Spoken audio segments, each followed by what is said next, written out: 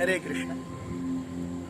So as we are going ahead in our journey with understanding the reasons why Arjuna does not want to fight, we have the third of the 5 reasons that he gives why he doesn't want to fight. The third reason is fear of sinful reactions. What does Arjuna say is conveyed for a couple of verses starting from text 36, which we will be seeing today. The text 36 goes,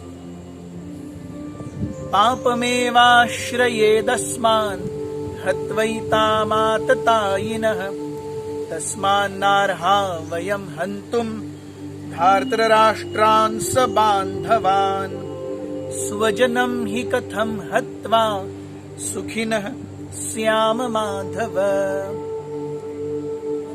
Sin will overcome us if we slay such aggressors. Therefore, it is not proper for us to kill the sons of Dhritarashtra and our friends. What should we gain, O Krishna, husband of the goddess of fortune? And how could we be happy by killing our own kinsmen? So what is the third reason? He says, Papam eva ashrayet asman. Sin will overcome us. Arjuna is fearing sinful reactions naturally because he is a devotee. A devotee is very compassionate, that we have already seen. He does not want to even kill an ant. What to speak of 11 Akshauhini of Senas? So Arjuna is thinking, if I kill all these men, then sin will come. It is very interesting that the way Kauravas have dealt with Pandavas, they have actually been atatayinah. Atatayi means an aggressor. Who's an aggressor? Vasishtha Smriti says, Agniddau garadashchaiva shastrapanir dhanapah kshetradara apahari Jashad ete atatayinah. Who are atatayinah? Who are aggressors? Vasishtha Smriti says, Agnidav, one who puts a house on fire, is considered as an aggressor. Garadashchaiva, one who administers poison, he is an aggressor. Shastra Panir, one who attacks with deadly weapons, he is an aggressor. Dhanapah, one who runs away with one's wealth or someone else's wealth, someone thief, he is an aggressor. Kshetra Dara Apahari, so one who takes away or forcibly abducts somebody else's land or somebody else's wife.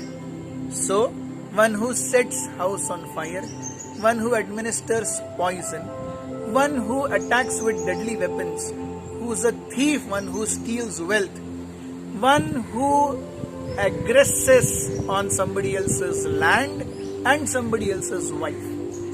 These are called aggressors.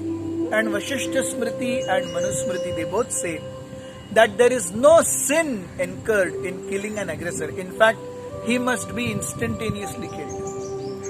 And here if we see,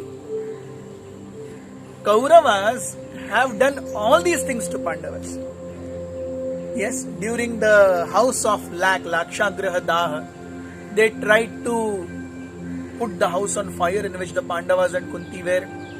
They administered poison to Bhima. Duryodhana administered poison to Bhima when they both were small. It is in this battlefield of Kurukshetra that they are standing with all deadly weapons to kill the Pandavas. Yes. It is the Kauravas who have insulted Draupadi to the extent of making her naked. It is the Kauravas who are forcibly sitting on the throne of Hastinapur. They have grabbed the land. By cheating in the gamble of dice, it is the Kauravas who have been Atatayina. All these things have been done by the Kauravas to Pandavas. But here we see the nature of a devotee is that he does not want unnecessary conflict. So, from a normal point of view, it is supposed to be weakness of heart. But we see from a spiritual point of view, it is Arjuna's dexterity in seeing the situation. He is just not contemplating any action without considering of the responses that will come about. We see, life is always a balance. It is a balance between Shastra and Shastra. Shastras also teach us that we will give knowledge. But if someone is not able to go through and mend his or her ways by getting that knowledge, then punishment or Shastra becomes inevitable. Same with any country's law. As a law-abiding citizen, everyone is supposed to follow law. Law is Shastra. But those who don't follow law, there is always punishment or Shastra. So life cannot go only on Shastra or on Shastra.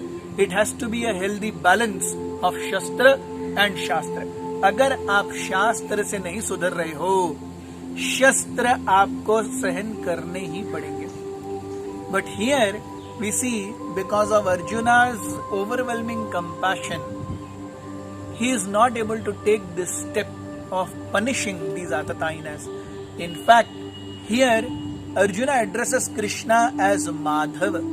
Madhava means husband of the goddess of fortune. So what Arjuna is hinting at is, my dear Krishna, you are husband of the goddess of fortune. You are supposed to bring fortune by inducing me to kill my own kinsman. Why are you putting me in the mire of non-fortunes? Why are you bringing misfortune to me? This is the meaning of the present shloka. Thank you very much. Hare Krishna.